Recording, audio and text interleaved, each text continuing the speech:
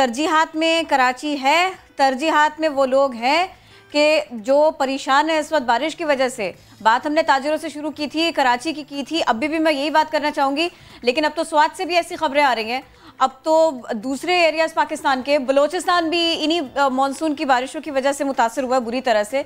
तो ये पूरे पाकिस्तान में जो कुछ हो रहा है वो सब कुछ हमें बताइए, क्या जिसका जो काम है वो करता दिखाई दे रहा है, वो 15 साल से हो या वो 2 साल से हो? देखिए, मेरे ख्याल में तो ये जो आफत आई है कराची पे, इसके बाद एक मुस्बत बात ये हुई है कि सब लोग अलर्ट हो गए हैं। और आपने देखा कि आर्मी चीफ भी कल कराची पहुंच गए, उन्होंने बहुत तफसील से ब्रीफिंग ली है। और जिस तरह कोरोना पर एक सक्सेस स्टोरी है हुकूमत की कि आप देखिए पाकिस्तान में कोरोना तकरीबन ख़त्म हो गया है और इंडिया में हज़ार लोग रोज़ मर रहे हैं और पाकिस्तान में 5-6 से ज़्यादा डेथ्स रोज़ाना की नहीं है। तो ये एक बहुत बड़ी सक्सेस स्टोरी हुई कि पाकिस्तान ने कामयाबी से कोरोना वबा पे काबू पा लिया और उसमें कोऑर्डिनेशन था, प्राइम मिनिस्टर की लीडरशिप थी। और अब भी उन्होंने ऐसा ही किया है कि एक उस तर्ज के ऊपर जिस तरह कोरोना के ऊपर एक नेशनल कोऑर्डिनेशन कमेटी बनाई गई थी, बिल्कुल ऐसी एक कमेटी बनाई जा रही है। उसमें आर्मी भी ऑन बोर्ड है जी। अब ये अब प्राइम मिनिस्टर आके इसको हतमी शक्ल देंगे, जो खबरें आ रही हैं, थोड़ा पहले नहीं आना चाहिए था। अगर वो आ जाते फ़र्ज़ कीजिए तो वहाँ पे वीआईपी मूवमेंट की वजह से और प्रोटोकॉल की वजह से और मसाइल पैदा होते। वज़ीर आज़म तो प्रोटोकॉल लेकर नहीं चलते। अदनान आदिल साहब, देखिए ये कब हुआ? बात सुनिए आप कि जो आप मुझे बात नहीं करने देंगी तो फिर मुझे चले आप बात करें कि मुझे जरूर बताइएगा साथ में। ये भी फिर आप कर लीजिए ना। मैं सवेरे सवेरे कॉफी नहीं पी आपने? भिजवाती हूँ, चलिए बाद में मुकम्मल करें, मैंने कॉफी ऑर्डर कर दिया ज़्यादा पी लिए ज़्यादा फील। आप मुझे बात करने देंगे तो कर लें कि उनकी एक सिक्योरिटी होती है, उनकी एक सिक्योरिटी होती है और अगर उनको सिक्योरिटी थ्रेट होते हैं उसके लिए बड़े इलेबोरेट अरेंजमेंट्स करने पड़ते हैं। अगर खुदा ना खास्ता कोई वाक़या हो जाए तो फिर आप कहेंगे जी सिक्योरिटी कहाँ थी। तो ऐसे मौके पे जो ऑपरेशंस में इन्वॉल्व होते हैं हुकूमत के कारिंदे वही एक्टिव होते हैं, तो उन्हीं को एक्टिव होना चाहिए। और अब प्राइम मिनिस्टर आ रहे हैं और वो आकर वहाँ पर इस बात को इंश्योर करेंगे कि जो कमेटी बनती है जिसमें ठीक से काम करें, गवर्नमेंट भी ऑन बोर्ड होगी और वहाँ पे लोकल गवर्नमेंट भी, और वो उनको किस तरह के फंड्स चाहिए, प्रायोरिटीज़ क्या होनी चाहिए, कि क्या वहाँ पे ट्रांसपोर्ट का सिस्टम नहीं है, पानी पीने के लिए जो पानी चाहिए 110 करोड़ गैलन पानी चाहिए जबकि 55 करोड़ गैलन पानी जो है दस्तयाब है। इसी तरह वहाँ पर ये जो पानी के निकास का मसला है, नालों पे तजावज़ात बन गई हैं, हाउसिंग सोसाइटीज़ बन गई हैं, 80,000 मकानात नालों के बीच में हैं, उनको वहाँ से डिसलोकेट करना बहुत बड़ा मसला है। अगर आप वहाँ पर आप फ़र्ज़ कीजिए तजावज़ात तो आप गिरा रहे हैं, लेकिन वो लोग जाएंगे कहाँ पे, वो लोग रहेंगे कैसे? उनको भी तो कॉम्पनसेट करना पड़ेगा। इसी तरह आप बता रही हैं कि ताजरों का 25 अरब का नुकसान हुआ है, उनका भी नुकसान पूरा करना पड़ेगा, तो उसके लिए कोई फ़ंड्स चाहिए होंगे। वो फ़ंड्स कहाँ से आएंगे? इकॉनमी दबाव का शिकार है, अभी कोरोना से हम बड़ी मुश्किल से बाहर निकले हैं। तो इस सारी सूरत हाल में मेरा ख्याल है कि ये एक अच्छा तरीका है कि अगर प्राइम मिनिस्टर, आर्मी चीफ और जो प्रोविंशियल गवर्नमेंट है वो मिल बैठकर कोई हिकमत अमली बनाए। ये बात तो दुरुस्त है कि माजी में कराची के साथ अच्छा नहीं हुआ है। कराची देखिए कि सिंध हुकूमत है, उसका तकरीबन 300 अरब रुपए यानी 90% से ज़्यादा आमदन जो है कराची से होती है, और उसको ऊपर ख़र्च कितना किया जाता है? 25 अरब रुपए। जो तरक्याती बजट है इस दफ़ा सिंध का, उसमें सिर्फ 25 अरब रुपए उसके लिए हैं, कराची के लिए। और तमाम एजेंसियां मिलाकर कराची में जितनी भी एजेंसियां काम करती हैं उनका बजट 50 अरब रुपए से ज़्यादा नहीं है। जबकि आप इस्तांबुल का बजट देखें, तेहरान का देखें तो 500 अरब, 800 अरब।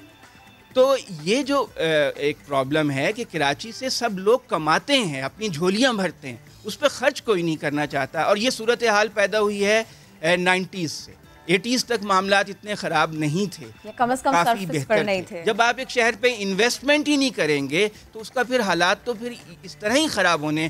फिर लोगों ने पार्कों में भी मकान बना लिए, जो पानी जज्ब होता था कच्ची ज़मीन में, वहाँ पे मकान है, चाइना कटिंग हो गई। 20 से ज़्यादा सड़कों को आपने कमर्शलाइज कर दिया।